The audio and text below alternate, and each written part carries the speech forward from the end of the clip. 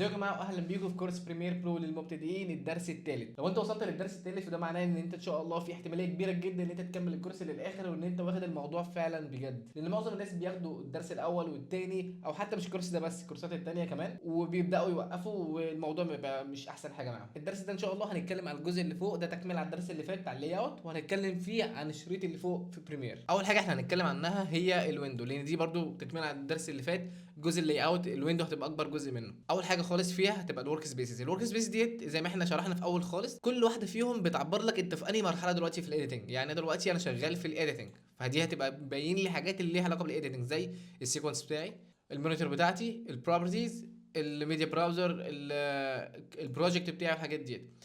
لو كملنا قدام شويه ودخلنا على الكالرنج، هتلاقيه مطلع لك الحاجات بتاعت الالوان، الليمتري كلر، الليمتري سكوبس، الحاجات دي.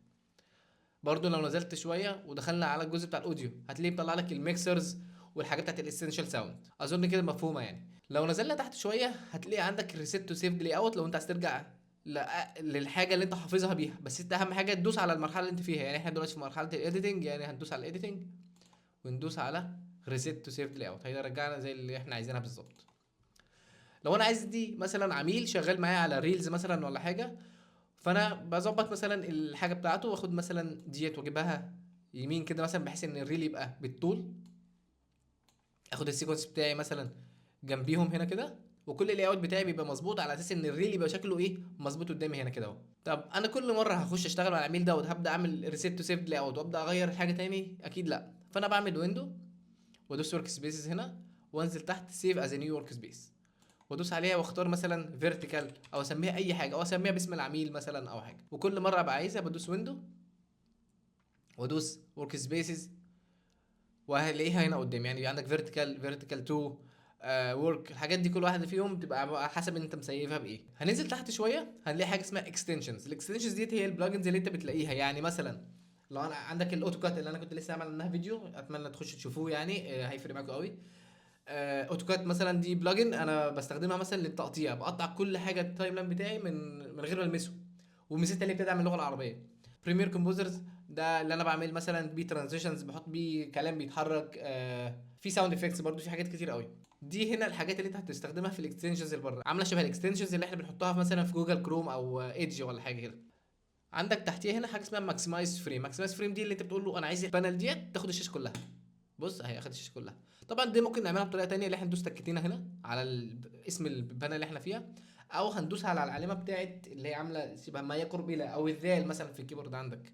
تحت هنا خالص بقى عندك هنا البانلز اللي قدامك. اي حاجه معمول عليها صح دي معناها اللي هي موجوده هنا.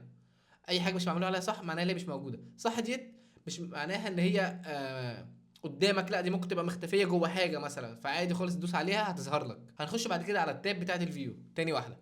هتاخد بالك من حاجه، ان في تابات هنا فيهم حاجات متشفره وحاجات شغاله، وده بيبقى على حسب انت دايس فين بالظبط. تعال نرجع لكل حاجه زي ما كانت، معلش. لو انا دايس على الفيو هتاخد بالك ان كل حاجه متشفره ما عدا اول واحده.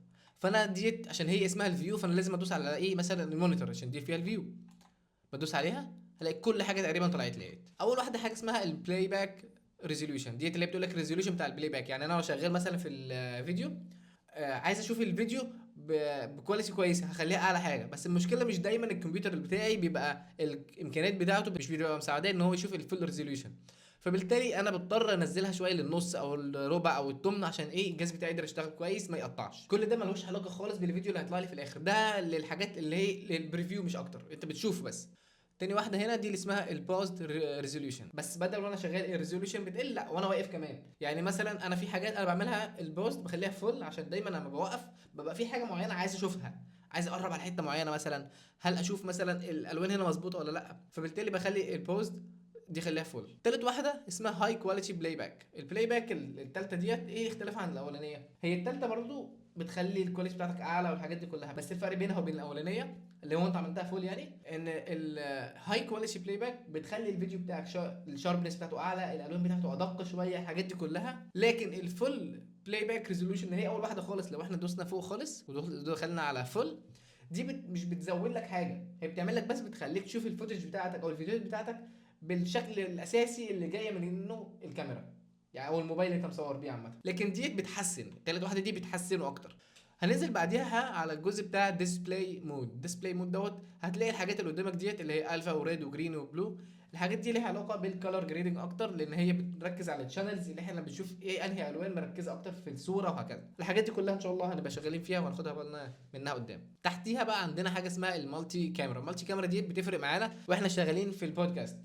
بيبقى انت عندك مثلا ارقام 1 2 3 4، كاميرا 1 كاميرا 2 كاميرا 3 مثلا و4، غالبا بيبقوا 3. بيفتح لك بريفيو بيقول لك الكاميرا الاولى هي، الثانيه هي، الثالثه هي. فانت بتقعد تغير تدوس بالارقام عشان مثلا الكاميرا الاولى جايبه الضيف الاول، الكاميرا الثانيه جايبه الضيف الثاني، الكاميرا الثالثه جايبه الضيفين مع بعض. فانت بتقعد تغير بتشوف على حسب مين بيتكلم، بتدوس الرقم اللي جايب الكاميرا بتاعته. الحاجات دي برده هيعمل لها فيديو مخصوص قدام. انا بس بوريك الدنيا ماشيه ازاي. كومباريزن فيديو دي بتخليك تشوف ايه الشاشتين مع بعض. لو انت عايز تمشي الشاشه هنا وتمشي مثلا حاجه تانية قدام، دي مثلا بنعملها خصوصا بالذات لو انا بقارن بين الوان حته معينه وحته معينه. انا بعملها عملت عنها فيديو في تيك توك. بقول لكم ازاي تنقلوا الوان اي فيلم مثلا ولا حاجه بالطريقه ديت. تحتيها على طول حاجه اسمها ماجنيفيكيشن، دي بتقول لك قرب في الفيديو ابعد. بس طبعا مش بتفرق قوي لان احنا ممكن بالعجله بتاعت الماوس بنقرب ونبعد بنفسنا يعني، فمالهاش علاقه يعني. معظم الحاجات اللي فوق اصلا بيبقى ليها شورت كاتس موجوده تحت، فانت البتاع دي اللي فوق دي تقريبا مش هتخش لها كتير قوي. تحتيها هنا حاجه اسمها الشو رولرز. الرولرز دي المسطره اللي من الجنب ديت او اللي فوق دي، ميزتها الصراحه عامه بالنسبه لي اللي هي بتطلع لي الحاجات ديت، بتخلي عندك جايدز وحاجات كده، بتقسم عليها مثلا الفيديو بتاعك كده يعني. الجايدز بقى دي اللي تحتيها هي على طول الشو جايدز. دي عباره عن ايه؟ لو انا عندي فيديو مثلا وعايز اخلي الكابشنز هنا، واخلي مستوى العين هنا، واخلي نص الفيديو هنا بالظبط، في حاجات معينه كده انت بتاخد بالك منها وانت شغال، ولما بتكسب خبره شويه ان شاء الله، ان مثلا الفيديو اللي انت شغال عليه مستوى العين بتاع الشخص ما ينفعش ينزل لتحت يطلع لفوق كل شويه، لا. فانت عايز تثبته في حته معينه، فاحنا بنعمل الجايد دوت عند مستوى العين الاولاني خالص في الفيديو، او الحته اللي احنا عايزين عندها مستوى العين دايما. وكل مره نعمل زوم ان او زوم اوت او حاجه بناكد ان الفيديو يبقى العين بتاعت الشخص اللي قدامنا عند الحته ديت. برضو بنعمل بيها ايه؟ بنعمل بيها مثلا السيف زون.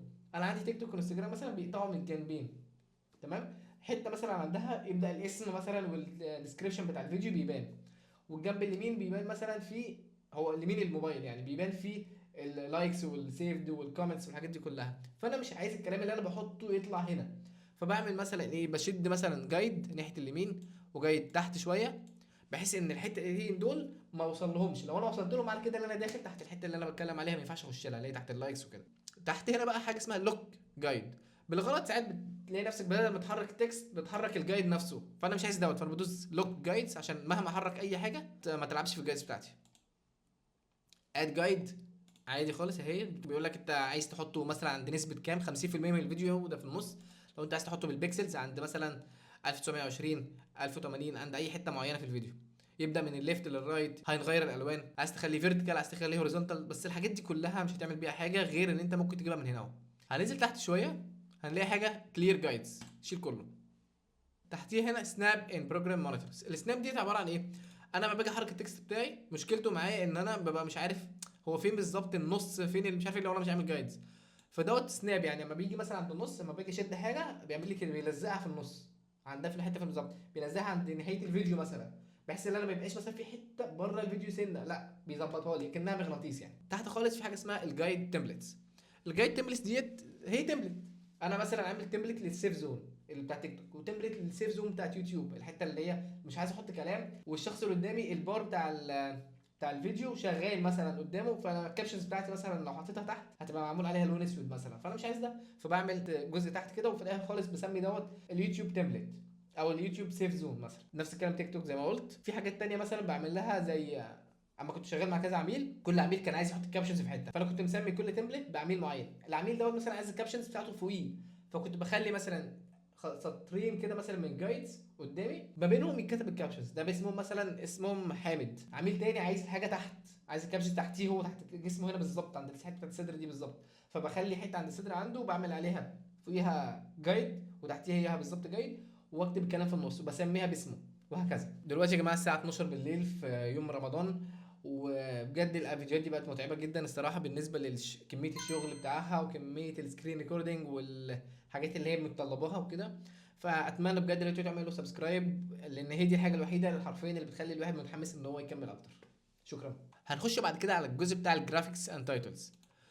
الجزء دوت في حاجات فيها هنبقى بنقولها وفي حاجات مش لازم مش هتستخدمها قوي. فاحنا هنبدا مثلا من اول حاجه خالص، اد فونتس فروم ادوبي فونتس. ده اللي بيقول لك انت عايز تحط فونت، ده لو انت مش مجربه المهم يعني هتخش هنا تحطه مثلا لو انت عايز تحط فونتس من عندك، وبيطلع لك الصفحه بتاعت الفونتس تنزل اللي انت عايزه منها. المهم يعني تاني واحده انستول موشن جرافيكس تمبلت، دي عباره عن لو انت عندك مثلا تمبلت مثلا جايبها من على النت، حد بيحرك فيديوهات بشكل معين، فبيقول لك مثلا دي التمبلت تحط فيها الفيديوهات بتاعتك شبه الحاجات اللي احنا بنشوفها على الفلاتر بتاعت كاب كات وكده. عندك حاجات تانية زي حركه الخطوط مثلا، او حركه تكست مثلا حد حاططها، التكست بيتحرك بشكل معين فانت بتحط الحاجه بتاعته وبتبدا تغير التكست بس يعني مش اكتر.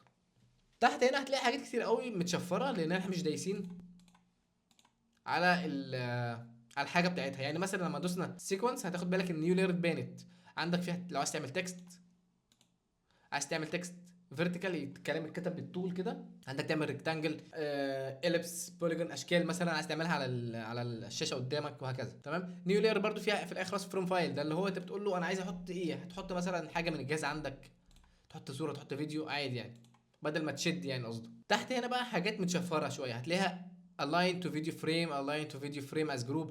دي مثلا بتشتغل اما بتحط اشكال، يعني مثلا خدنا شكل وعملناه هتلاقي ان فيهم كذا حاجه بدات تشتغل اما تعمل اشكال قدامك على الشاشه. الالاين تو فيديو فريم مثلا ده بيقول لك ايه، ان انت بتاخد الاشكال دي تلزقها في الجزء الشمال من الشاشه من الفيديو. الاين تو فيديو فريم توب بتخليها الجزء اللي فوق وهكذا. يعني اظن مفهومه شويه. الاين بيقول لك عايز ترتبها فين بالظبط. هننزل تحت شويه هنلاقي الارينج، لو في شكل ورا شكل مثلا فانت عايز تخلي الشكل ده فوق دوت. الحاجات دي مش هتستخدمها قوي، الحاجات معظم الاشكال والحاجات دي ما اظنش ليها استخدامات قوي في الفيديو، الا مثلا لو هنعمل بيها ماسك مثلا وكده، والحاجات دي طبعا هنعملها في الفيديوهات الجايه ان شاء الله. عندك بعد كده سيلكت نيكست جرافيك، سيلكت نيكست بريفيوس جرافيك مش هنستخدمها. تحت هنا بقى هتلاقي عندك حاجه اسمها ابجريد كابشنز تو جرافيك. ابجريد كابشنز تو جرافيك دي اما انت تبقى عامل كابشنز على بريمير مثلا، خلي بريمير يعمل لك كابشنز وحاططها لك تحت، فهو بيعمل لك انت هنا تراكات معينه للكابشنز. انت عندك بيبقى تراك للصوت، تراك للفيديو، وفي تراك بيتعمل جديد للكابشنز. تمام. بس مشكلتها بتبقى حاجه، مشكلتها ان انا ما بعرفش اعمل عليها مثلا الحركات اللي احنا بنعملها عاديه، تكست يطلع مثلا بشكل معين، اخرك تظبط المكان الحاجات دي، لكن بقى الموشن بتاعها مفيش موشن فيها. فانت عشان تعمل لها موشن وتنزلها كانها فيديو عادي كده بتلعب فيه براحتك، فاحنا بنعملها ابجريد كابشنز تو جرافيك، وبتنزل تحت في الجزء بتاع الفيديو. تحت خالص بقى ديت حاجه اسمها ريبليس فونتس ان بروجكت. الحته دي وفرت عليا فلوس ومجهود ووقت كتير جدا، لان حصل قبل كده ان انا دي بتقول لك ان انت عايز تبدل الخطوط كلها في الفيديو لخط معين، او خطوط معينه في الفيديو لخط معين. دي فرقت معايا في ان انا كنت شغال مع عميل والشغل بتاعه كان كله عباره عن ريلز فيها كابشنز، يعني معظم الفيديوهات كانت كلها كابشنز فيها وده شغله الاساسي. فانا كنت عامل له تقريبا فيديوهات كتيره جدا، وكانت المشكله فيها ان هنا خلاص خلصتها وسلمتها ان بالك، يعني كميه على بعض، 10 فيديوهات على بعض، 15 فيديو على بعض وهكذا. انا عن نفسي بحب اشتغل بالطريقه ديت عشان ايه، بتوفر وقت وبتوفر ان هو اريحيه ان هو يفضل مكمل لو يوم سقط تصوير او كذا. وديت هتفرق معاكم جدا دايما وانت شغال مع عميل، خليه يصور كميه عشان انت تعرف تشتغل كميه ويبقى في اريحيه ما بينكم. انا بحاول اديكم، انا عارف ان الفيديو هيطول شويه بس انا بحاول اديكم على قد ما اقدر من الحاجات اللي بتحصل بجد، مش مجرد بص دي بتعمل ايه، بص دي بتعمل ايه. فالعميل عامه طلب مني في بعد ما سلمت الفيديوهات عزيز احنا عايزين نغير الخط. فدي مشكله معايا في ايه، في ان الكابشنز حرفيا بتكتب اكتر من 120 كلمه، 30 130 كلمه، 140 كلمه مثلا في الفيديو، وبالتالي انت عشان تغير كل واحد فيهم انت محتاج تعمل تقف على الخط، تعمل له سيلكت، تغير الخط الجديد، تخش على اللي ورا وهتعمل سيلكت، وهكذا وهكذا وهكذا. فده كل سنه طيب، انت كده مش بتعمل فيديوهات جديده، انت كده بتعمل ضعف الشغل، او على الاقل اسهل لك ان انت تعيد الشغل تاني، فبالتالي انت مش هتعرف تقول له الحته ديت، فانت لازم تدور لك على حل. فسبحان الله كنت اتعلمتها قبلها بفتره، ولقيت ان انت لو دوست عليها هتلاقيه مطلع لك الخطوط كلها قدامك هنا اللي انت مستخدمها، بتختار الخط اللي انت عايزه، اللي انت عايزه بس عشان لو انت بتستخدم كذا خط، وتقول له انا عايز الخط الجديد بقى اللي يتبدل ايه. لو انا عامله مثلا كاليبري هخليه مثلا بوبنز مثلا ولا حاجه وهكذا. هنخش بعد كده على التاب بتاعه الماركرز، بندوس عليها ديت احنا خدناها قبل كده في الدرس اللي فات، بس احنا هنتكلم عن جزء بس فيها. عندك هنا مارك ان ومارك اوت ومارك كليب وسelection، دي عباره عن ايه، انت مثلا وانت شغال بتبقى مثلا عايز تاخد جزء معين من الفيديو تعمل له اكسبورت، مش عايز الفيديو كله. انا مثلا خصوصا بالذات بيحصل معايا ان انا عندي سيكونس كامل وعندي حاطط فيه كذا ريل، مش هعمل لهم سيكونس مختلفه مثلا او كل واحد حاجه مختلفه او بروجكت مختلف، لا. فانا في الاكسبورت مش هعمل لكل دوت عشان اوري العميل الحته دي بس، لا. فانا هعمل مارك ان في اول الريل اللي انا عايزه، واجي عند اخره وادوس مارك اوت. واما اجي اعمل اكسبورت في اختيارات بقى، انت عايز السيكونس كله على بعضه، ولا عايز الحته بس اللي انت مختارها، وهكذا. تمام. تحتيها هنا بقى عندك حاجه اسمها مارك كليب. مارك كليب ديت ان انت تقول له انا عند الكليب اللي انا واقف عنده اعمل له ايه مارك، اللي هو ان واوت، يعني تظبط الان واوت بتاعتك على اللي انا واقف عنده ده. طب لو انا عايز حاجات معينه، يعني انا عايز اخد الكليب ده وده وده وده، بدوس عليهم الثلاثه واختارهم وادوس على مارك سيلكشن، هو بيظبط الان والاوت عليهم. هننزل دلوقتي تحت هتلاقي عندك جو تو ان وجو تو اوت، دي اللي بتقول له انا عايز اروح عند الان او عايز اروح عند الاوت، بتودي الانديكيتور اللي هو بتاع الوقت دوت بتوديه عندها مش اكتر. هننزل تحت شويه في كلير ان وكلير اوت. كلير ان واوت دي اللي انت بتقول شيل لي الحاجات دي، لكن لو سبت كلير ان وعملت كلير اوت بس، فانا بالتالي بقول له عايز يعمل اكسبورت من الحته ديت لغايه اي حاجه جايه بعدين، لو انا بعمل اكسبورت يعني، او لو انا برندر او اي حاجه. يعني الحاجات دي انت يا جماعه ما تحسش ان هي معقده، انت الحاجات دي هتفهمها قدام وهتبقى سهله جدا بالنسبه لك، تبقى الحاجات اللي انت ايه رفاهيه وانت شغال. تحت هنا اد ماركر احنا شفناه قبل كده، جو تو نيكست ماركر، يعني الحاجات بص مش لازم، يعني عملنا ماركر هنا وجينا عملنا ماركر بعديه، فبالتالي انت لو عايز تروح الماركر اللي جاي هتدوس على الماركر اللي جاي على طول، مش لازم تدوس فوق وتدوس جو تو نيكست ماركر والحاجات دي. كلير سيلكتد ماركر لو عايز تمسح واحد، كلير ماركرز لو عايز تمسحهم كل الماركرز اللي انت عملتها مسحها مره واحده. تحت الايديت يعني ما خدناهم الحاجات اللي فاتت ديت. اخر حاجه خالص هنا اسمها كوبي بيست انكلودز سيكونس ماركرز. دي عباره عن ايه؟ عايزك تجرب ان انت تعمل ماركر في اي كليب فيديو عادي عندك خالص وتعمل له اكسبورت، وبعد كده تاخد اللي انت طلعته ده وتحطه في الفيديو تاني، هتلاقي الماركرز دي كلها موجوده فيه. وده بيفرق معايا في ايه؟ مثلا لو انا بدي شغل لحد، لعميل مثلا ولا حاجه، هو عايز يكمل على الفيديو وهيكمل على النسخه النهائيه، بس عايز يحط لها كام حاجه كده بسيطه ومش عايز ياخد البروجكت، فانا بعمل له ماركرز عندها وبقول بكتب له الحاجات اللي انا عايزه منها هي خلي باله منها. اقول له مثلا عند الماركر دوت اما تيجي تحط تكست حطه فوق هنا، ما تحطوش هنا عشان في انيميشن انا عامله قدام مثلا، ايا كان انا بكتب له تعليمات فيها. كده احنا خلصنا الجزء بتاع الماركرز، هنخش بعد كده على الجزء بتاع السيكونس. التاب بتاع السيكونس في حاجات كتير قوي مش بتبقى باينه فيه الا لما بتدوس على السيكونس تحت عندك هنا، ساعتها هتلاقي كل حاجه تقريبا ظاهره. اول حاجه هي السيكونس سيتنجز. السيكونس سيتنجز دي عباره عن اللي انا بقول مثلا انا عايز الفريم بتاعي الفيديو بتاعي كام فريم، عايزه 9 في 16 ولا 16 في 9 وهكذا، عايزه بالطول بالعرض، يعني عايزه شكل تيك توك ولا شكله يوتيوب، السامبل ريت بتاعه ايه بالظبط. انا معظم الناس بيشتغل 48. تحتيها هنا حاجه اسمها الريندر افكتس ان واوت وريندر ان واوت. دي بيفرق فيها في ايه؟ الفرق ما بينهم الاثنين معظم الناس مش بتاخد بالها منها، هي معظم اللي بتعمله ان هي بتدوس انتر بترندر الفيديو اللي قدامها، يعني بتخلي الفيديو يبقى البلاي باك شغال كويس سريع وهو شغال، لان هتلاقي عندك وانت ماشي في السيكونس في خط يا لونه اخضر وتلاقي الفيديو شغال معاك حلو، يا لونه احمر يا لونه اصفر. لو لونه احمر هتلاقي الفيديو بتاعك عمال بيقطع ويقف لان هو مش بيرندر الحاجات دي، بيرندر يعني اللي هو بيعالجها. لو لونه اخضر معناه ان الحاجات هنا يا مش متعالجه مش محتاجه معالجه، هو فيديو محطوط مش اكتر، مش معمول فيه كي فريمز او ولا حاجه ولا اي حاجه خالص، وعندك افكتس محطوطه بس مترندره ومتظبطه، ده كده معناه الاخضر. طب الاصفر، الاصفر ده مشكلته في ايه؟ ان هو في النص، انا عن نفسي ببقى مش عارف هو دلوقتي ساعات بيقف معايا ساعات لا وهكذا، فانا لو دوست انتر بتلاقي الخط الاصفر مش عايز يترندر برده معاها، فلا ما تدوسش على انتر، هتدوس على ريندر ان واوت. لو دوست على اللي فوق هيرندر لك الجزء اللي فيه الافكتس والحاجات ديت وهيسيب لك الجزء دوت. تحتيها هنا عندك حاجه اسمها الريندر اوديو، دي بتفرق معاك بالذات لو انت الاوديو بتاعك مش ظاهر عندك. ساعتها ما بتحط فيديو بتلاقي الاوديو بتاعك الويف فورم بتاعك مش ظاهر، الاوديو بتاعك موجود بس الويف بتاعته مش باينه، فبالتالي انت ما بتعرفش تقطع مثلا لو انت شغال على كلام حد وكده، بتلاقي ان التقطيع عندك بقى صعب لان انت مش شايف هو بيقول ايه. لو نزلت تحتيها هتلاقي ديليت ريندر فايلز او ديليت ريندر فايلز ان واوت. الريندر فايلز دي بعد ما تخلص كل بروجكت امسحها لان هي بتاخد جزء كبير قوي جدا من الجهاز، دي عباره عن بريفيو او اللقطه اللي هو بيقعد يسيفها بره عشان تخليك انت بعد كده وانت شغال الموضوع اسهل لك بكتير. بس انت بالتالي اما بتخلص بروجكت بالتالي مش محتاج الحاجات دي، بتقعد تلاقيها متكومه وبتاخد الجزء كبير قوي من جهازك، فانت بتشيل ريندر فايلز بتمسحها كلها، هي بتمسح حته معينه منها، انت عايز من هنا لهنا اي حاجه بترندره ومحطوط عندك الجهاز بره امسحها.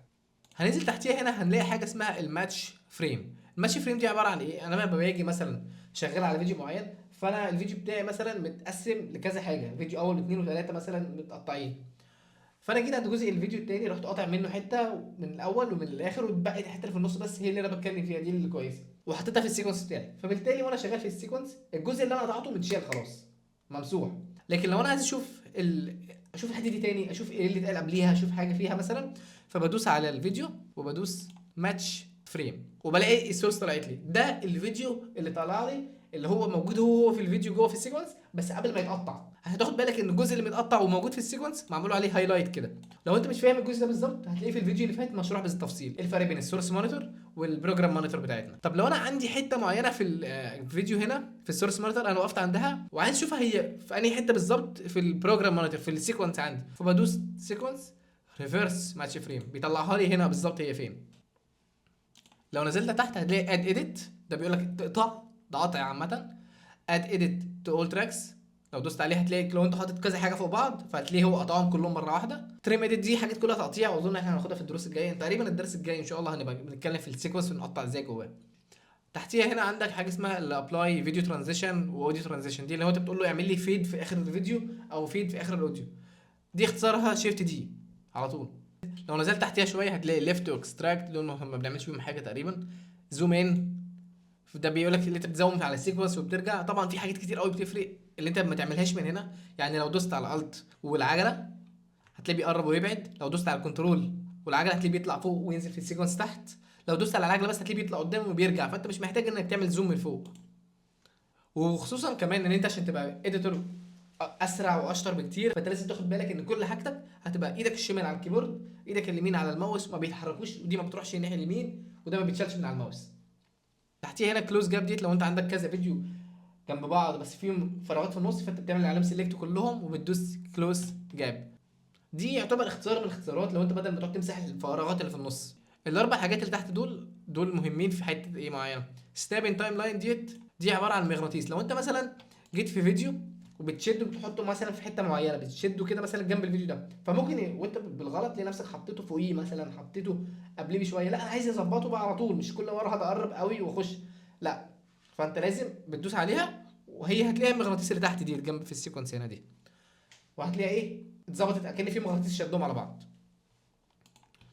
عندك تحتيها لينكد سيلكشن، اما بتيجي تحط فيديو او اوديو مع بعض، فيديو فيه صوت فبتلاقيهم هما الاثنين محطوطين كانهم حاجه واحده، لينك الفيديو بالصوت مع بعض. لكن لو شلت العلامه من عليها فانت هتلاقي انك لما بتيجي تحرك الصوت الفيديو ما بيتحركش معاه، الفيديو بيتحركه الصوت ما بيتحركش معاه، كل واحد كانه حاجه مع لوحده.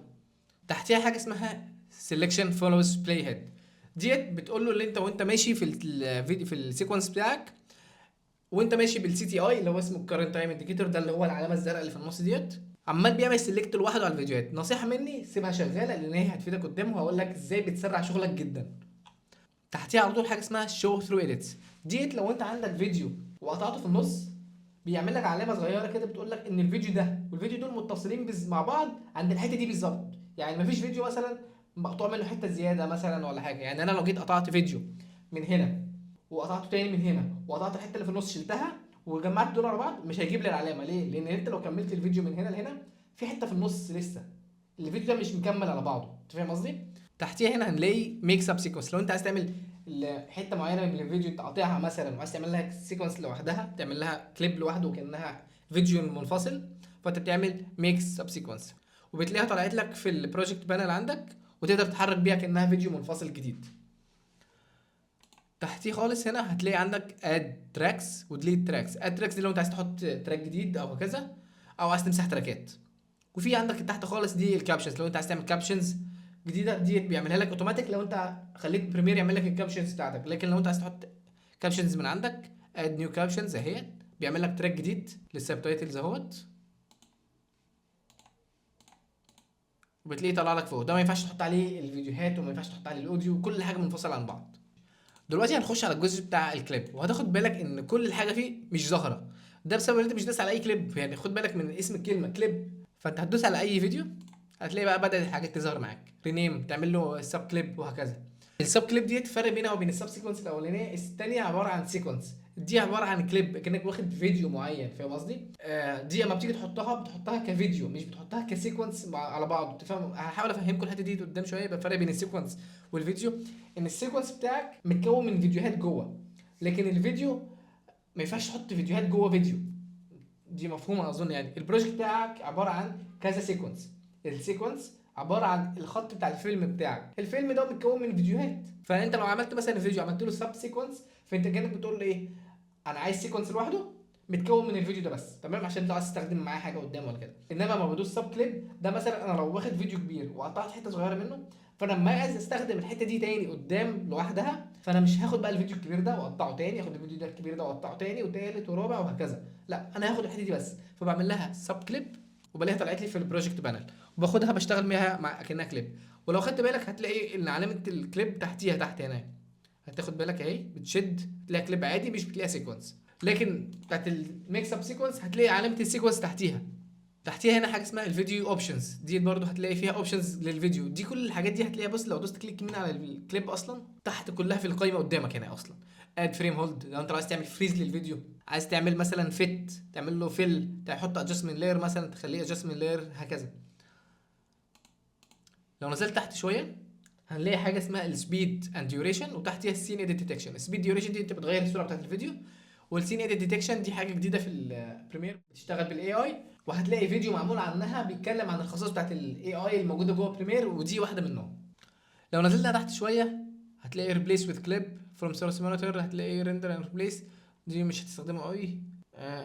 تحت حاجات اللي هي ان لينك، انت عايز تعمل كذا فيديو تعمل لهم ان لينك عند الصوت بتاعهم، عايز تعمل جروب ان جروب سينكرونايز، دي مثلا لو انت عايز في صوت وفيديو مش متظبطين مع بعض وهم اصلا الاثنين نفس الاوديو ونفس الفيديو، بس ده متاخد من كاميرا وده الصوت متاخد من المايك مثلا، فانت بتظبطهم على بعض. النست دي حاجه قدام، دي زي جروب بس بطريقه مختلفه شويه. القائمه بتاعت الايديت دي معظمها حرفيا ما فيهاش حاجه قوي، غير اللي هي مثلا بيقول لك ايه، عايز تعمل اندو ريدو مثلا اتلخبطت في حاجه وهكذا يعني، كات كوبي بيست. طب اظن دي الحاجات اللي احنا عارفينها عامه، كنترول سي كنترول في كنترول زي. عايز تمسح حاجه ما اظنش ان هي ليها لازمه قوي معانا هنا، غير اللي احنا الحاجات اللي احنا بنستخدمها بايدينا واحنا شغالين بالكيبورد مش اكتر. بعد كده هندخل على القائمه بتاعه الفايل، دي هتلاقي فيها الحاجات اللي انت عايز تعمل حاجه جديده، يعني مثلا لو عايز تعمل بروجكت جديد، عايز تعمل سيكونس جديد، عايز تحط لاير جديده مثلا، كل الحاجات هنا هتبقى موجوده عندك. بلاك ما فيديو، كل الحاجات دي اصلا تقدر تخش عليها ان انت تدوس على كليك يمين في القائمه بتاعه البروجكت تحت، وهتلاقي كل الحاجات دي سيكونس بروجكت شورت كات اوف لاين فايل كلر ميت، كل الحاجات دي هنا. طبعا الحاجات دي كلها برضه هناخدها قدام، هنا بس دي اوفر فيو مش اكتر. هنا برضه تقدر تعمل السيف، لو عايز تعمل سيف مثلا لفيديو، عايز تعمل امبورت لحاجات، عايز تعمل اكسبورت للفيديو بعد ما تخلص خالص. هتنزل تحت شويه هتلاقي السيتنجز بتاعت البروجكت، في حاجات هنا تريكات هبقول لك عليها قدام. لو انت مثلا الفيديو بتاعك حطيت مثلا صور في حته وفيديوهات في حته تانية، والبروجكت بتاعك عامه بقى مترمي في كل حته في الجهاز، فانت بالتالي اما تغير مكان كل حاجه هيقعد يقول لك هي فين هي فين هي فين، والدنيا هتبوظ معاك شويه. ففي تريكايه هنا اللي احنا كنا بندوس على بروجكت مانجر تحت هنا خالص في الاخر، مش بروجكت سيتنجز، وهتلاقي هنا الكولكت فايلز، وتقول له انت بالعربي يعني فيما معناه اللي انت بتقول له جمع لي كل حاجه انا استخدمتها في البروجكت دوت في مكان واحد هنا. فبالتالي لو انت في اي حاجه بره عايز تمسحها عايز تشيلها بتاع، مش هتاثر على البروجكت بتاعك. اخر حاجه هنا ديت بتفرق بين الماك والويندوز، لان في الماك هنا اسم البرنامج لما بتدوس عليه بتلاقي فيه الشورت كاتس بتاعت الجهاز بتاعت البرنامج، وبتلاقي السيتنجز بتاعته لو انت عايز تعدل حاجات في الاوديو، عايز تعدل حاجات في الابيرنس في الجرافيكس في الليبلز، الحاجات دي كلها التعديلات بتبقى هنا بس، انما في الويندوز بتبقى موجوده في فايل. كده احنا خلصنا الدرس النهارده، انا اتمنى بجد ان الدرس اللي جاي ان شاء الله تركزوا فيه قوي، لان احنا الايام الجايه هنبدا نخش على الجد، هنبدا نخش على شابتر جديد جدا من الفيديو من الكورس عامه بتاعنا، لان دلوقتي كنا كل ده في البيزكس بتاعتنا بس. وان شاء الله الدروس الجايه برضه هتبقى خفيفه، وعايزكم تقولوا لي في الكومنتات هل اخش بالتفصيل في الحاجه ولا خليني برضه ماشي ايه بقشور شويه، زائد لو في اي سؤال لاي حد انا بجد بمسك كل حاجه وكل سؤال وهجاوبه. انا عايزكم بس اهم حاجه تبقوا طالعين من الدروس ديت ان انتوا فاهمين كل حاجه مفيش حاجه واقفه معاكم. واتمنى تعملوا سبسكرايب، لان انا خدت بالي دلوقتي ان انا اظن انتوا خدتوا بالكم يعني ان انا لابس تيشيرت ابيض المره دي، ده عشان انا بصور تاني يوم، ايام رمضان بتبقى صعبه شويه في الشغل وكده، فاتمنى بجد ان انتوا تعملوا سبسكرايب، لان دي الحاجه الوحيده اللي بتخلي الواحد يبقى عايز يكمل اكتر وبتشجعه الصراحه يعني. واشوفكم الدرس الجاي ان شاء الله، شكرا.